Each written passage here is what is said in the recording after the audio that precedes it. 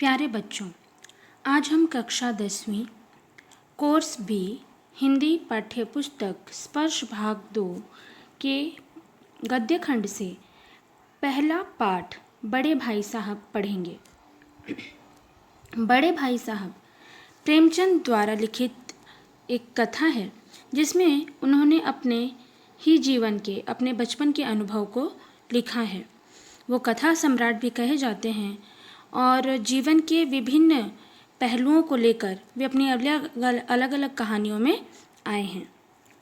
तो पढ़ते हैं उनकी कहानी बड़े भाई साहब। मेरे भाई साहब मुझसे 5 साल बड़े, लेकिन केवल 3 दर्जे आगे अर्थात 3 कक्षा आगे। उन्होंने भी उसी उम्र में पढ़ना शुरू किया था जब मैंने शुरू किया, लेकिन तालीम जैसे महत्व के मामले में वह जल्दबाजी से काम लेना पसंद न करते थे। तालीम शब्द का अर्थ होता है शिक्षा।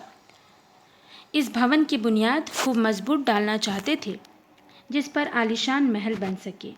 1 साल का काम 2 साल में करते थे, कभी कभी 3 साल भी लग जाते थे। बुनियाद ही पुख्ता न हो तो मकान कैसे पायेदार बने।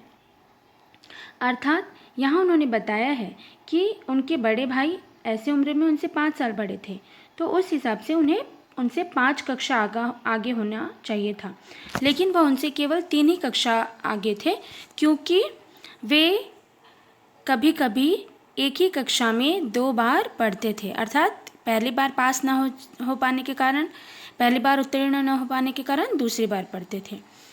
इसलिए उन्होंने यहाँ व्यंग्य किया है कि तालीम जैसे मामले में वे जल्दबाजी से काम लेना पसंद नहीं करते थे। जिस प्रकार से किसी भवन की बुनियाद यानी कोई घर बनाते हैं तो उसकी नींव को जब मजबूत रखा जाता है ताकि ज़्यादा आलीशान महल बन सके, यानी ऊंची इमारत बन सके।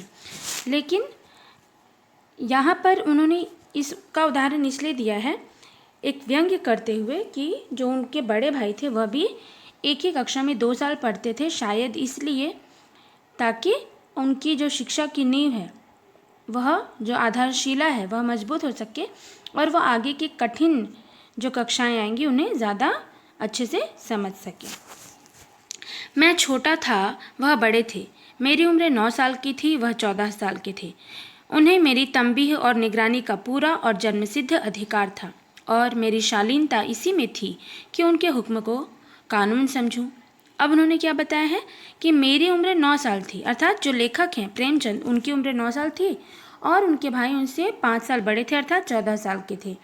इसलिए उन्हें उनकी निगरानी करने की और उन पर अधिकार जमाने का पूरा अधिकार मिला हुआ था। जन्म से ही उन्हें यह अधिकार था कि वो उन पर पूरा अपना शासन जमा सकें और मेरी शालीनता इसी में थी कि उनके हुक्म को कानून समझूं। और छोटा भाई होने के नाते मेरी शालीनता इसी में थी। शालीनता अर्थात कह सकते हैं कि मेरा भी यह कर्तव्य था कि उनके हुक्म को, जो भी आदेश वह दे, उनको मैं कानून समझूं। वह स्वभाव से बड़े अध्ययनशील थे, हरदम किताब खोले बैठे रहते और शायद दिमाग को आराम देने के लिए कभी कॉपी पर, किताब के हाशियों पर चिड़ियों, कुत्तों, बिल्लियों की तस्वीरें बनाया करते थे। कभी कभी एक ही नाम या शब्द या वाक्य 10-20 बार लिख डालते, कभी एक शेर को बार बार सुंदर अक्षरों में नकल करते, कभी ऐसी शब्द रचना करते जिसमें न कोई अर्थ होता न कोई सामंजस्य। मसलन एक बार उनकी कॉपी पर मैंने यह इबारत देखी, इबारत अर्थात लिखी हुई कोई बात, स्पेशल, अमीना, भाइयों भाइयों, दरअसल, भाई भाई, राधे श्याम, श्रीयुत राधे श्याम। 1 घंटे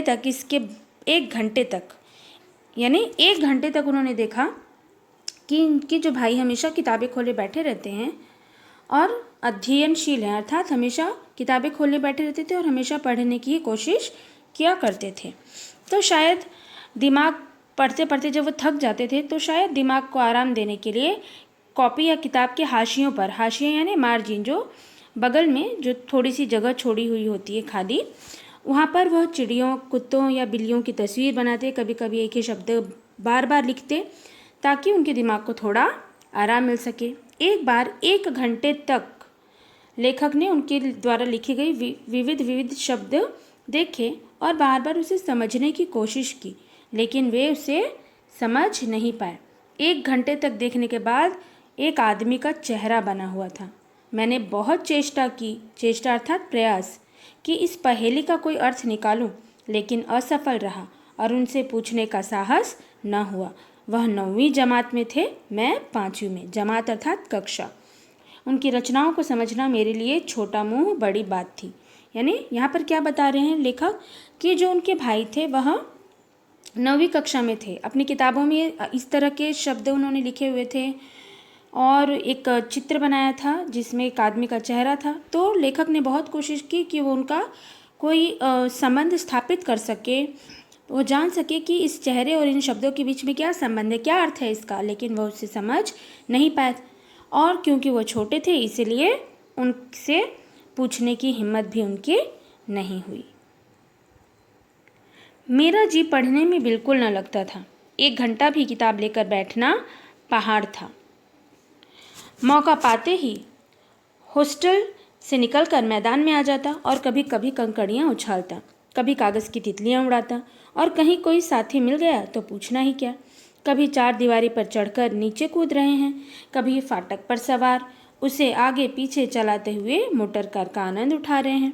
लेकिन कमरे में आते ही भाई साहब का वह रुद्र रूप देखकर प्राण सूख जाते। रुद्र रूप अर्थात क्रोधित रूप। उनका पहला सवाल यह होता, कहाँ थे? हमेशा यही सवाल इसी ध्वनि में हमेशा पूछा जाता था और इसका जवाब मेरे पास केवल मौन था। मौन अर्थात चुप रह जाना। कभी भी वह अपने भाई के इन सवालों का जवाब नहीं देते थे, क्योंकि इनके भाई हमेशा इन्हें पढ़ने के लिए कहते, लेकिन इनके लिए किताब खोलकर बैठना सबसे कठिन काम था। मौका पाते ही यह खेलने निकल जाते, हॉस्टल से निकलकर मैदान में चले जाते, कभी कागज़ की तितलियाँ उड़ाते, और अगर कोई साथी मिल गया तो तब तो पूछना ही क्या, समय का पता ही नहीं चलता। कभी 4 दीवारी पे चढ़ के नीचे कूदते और जब ये सब आनंद उठाने के बाद जब वापस ही अपने कमरे में आते और अपने भाई साहब को सामने खड़ा देखते और उनका जब ये सवाल सुनते कि वे कहाँ थे, तो उनके पास उसका कोई जवाब नहीं रहता। न जाने मेरे मुंह से यह बात क्यों ना निकलती कि ज़रा बाहर खेल रहा था। मेरा मौन कह देता था कि मुझे अपना अपराध स्वीकार है और भाई साहब के लिए उसके सिवा और कोई इलाज न था कि स्नेह और रोष से मिले हुए शब्दों में मेरा सत्कार करें। सत्कार करना यानी स्नेह और रोष, यानी स्नेह यानी प्रेम और रोष यानी गुस्सा। तो क्योंकि भाई थे इसलिए प्रेम भी था और बड़े थे, इन्होंने गलती की थी इसलिए गुस्सा भी था। इसलिए ऐसे मिले हुए शब्दों में इनका आतिथ्य करना, सत्कार करना, यानी इन्हें डांटने की बात यहाँ पर की जा रही है कि वे उन्हें डांटते थे। और क्या कहते थे डांटते थे? तो कैसे डांटते थे? इस तरह अंग्रेज़ी पढ़ोगे तो ज़िंदगी भर पढ़ते रहोगे और एक हर्फ न आएगा। हर्फ यानी एक भी अक्षर। अंग्रेज़ी पढ़ना कोई हंसी खेल नहीं है कि जो चाहे पढ़ ले। नहीं, ऐरा गैरा नत्थु खैरा सभी अंग्रेज़ी के विद्वान हो जाते। यहाँ रात दिन आँखें फोड़नी पड़ती हैं और खून जलाना पड़ता है, तब कहीं यह विद्या आती है। और आती क्या है, हाँ कहने को आ जाती है। बड़े बड़े विद्वान भी शुद्ध अंग्रेज़ी नहीं लिख सकते, बोलना तो दूर रहा। और मैं कहता हूँ, तुम कितने घोंघा हो कि मुझे देखकर भी सबक नहीं लेते। मैं कितनी मेहनत करता हूँ, यह तुम अपनी आँखों से देखते हो। अगर नहीं देखते तो यह तुम्हारी आँखों का कसूर है, तुम्हारी बुद्धि का कसूर है। इतने मेले तमाशे होते हैं, मुझे तुमने कभी देखने जाते देखा है? रोज़ ही क्रिकेट और हॉकी मैच होते हैं, मैं पास नहीं फटकता, हमेशा पढ़ता रहता हूँ। उस पर भी एक एक दर्जे में 2-2, 3-3 साल पढ़ा रहता हूँ। फिर भी तुम कैसे आशा करते हो कि तुम यूँ खेल कूद के वक्त गंवाकर पास हो जाओगे? मुझे तो 2 ही 3 साल लगते हैं, तुम उम्र भर इसी दर्जे में पड़े रह सकते हो। अगर तुम्हें इस तरह उम्र गंवानी है तो बेहतर है घर चले जाओ और मज़े से गुल्ली डंडा खेलो। दादा की गाढ़ी कमाई के रुपए क्यों बर्बाद करते हो? मैं यह लताड़ सुनकर आंसू बहाने लगता। जवाब ही क्या था? अपराध तो मैंने किया, लताड़ कौन सहे? भाई साहब उपदेश की कला में निपुण थे। ऐसी ऐसी लगती बातें कहते, ऐसे ऐसे सुक्ति बाण चलाते कि मेरे जिगर के टुकड़े टुकड़े हो जाते और हिम्मत टूट जाती। इस तरह जान तोड़कर मेहनत करने की शक्ति मैं अपने में न पाता था और उस निराशा में ज़रा देर के लिए मैं सोचने लगता, क्यों ना घर चला जाऊं। जो काम मेरे बूते के बाहर है उसमें हाथ डालकर क्यों अपनी ज़िंदगी खराब करूं। मुझे अपना मूर्ख रहना मंजूर था, लेकिन उतनी मेहनत से मुझे तो चक्कर आ जाता था। लेकिन घंटे 2 घंटे के बाद निराशा के बादल फट जाते और मैं इरादा करता कि आगे से खूब जी लगाकर पढ़ूंगा। चटपट एक टाइम टेबल बना डालता। बिना पहले से नक्शा बनाए कोई स्कीम तैयार किए काम कैसे शुरू करें। तो इस तरह से लेखक जो हैं वह उनका मन केवल खेल कूद में लगता था और अपने बड़े भाई की डांट सुनकर वह हमेशा क्या करते थे, रोते थे। उसके बाद खूब आंसू बहाते थे, अपराध बोध भी होता था, लेकिन फिर हिम्मत जुटाते और टाइम टेबल एक बना लेते कि उन्हें किस तरह से पढ़ना है। तो बच्चों, यह था इस कहानी का पहला भाग। इसमें मैं आपको कुछ प्रश्न पूछूंगी आपसे और आप उन प्रश्नों का जवाब दीजिएगा। इन प्रश्नों को लिख लीजिए।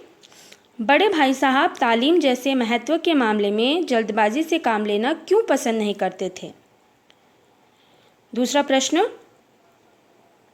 भाई साहब को किस बात का जन्मसिद्ध अधिकार था। और तीसरा प्रश्न, बड़े भाई साहब छोटे भाई से हर समय पहला सवाल क्या पूछते थे।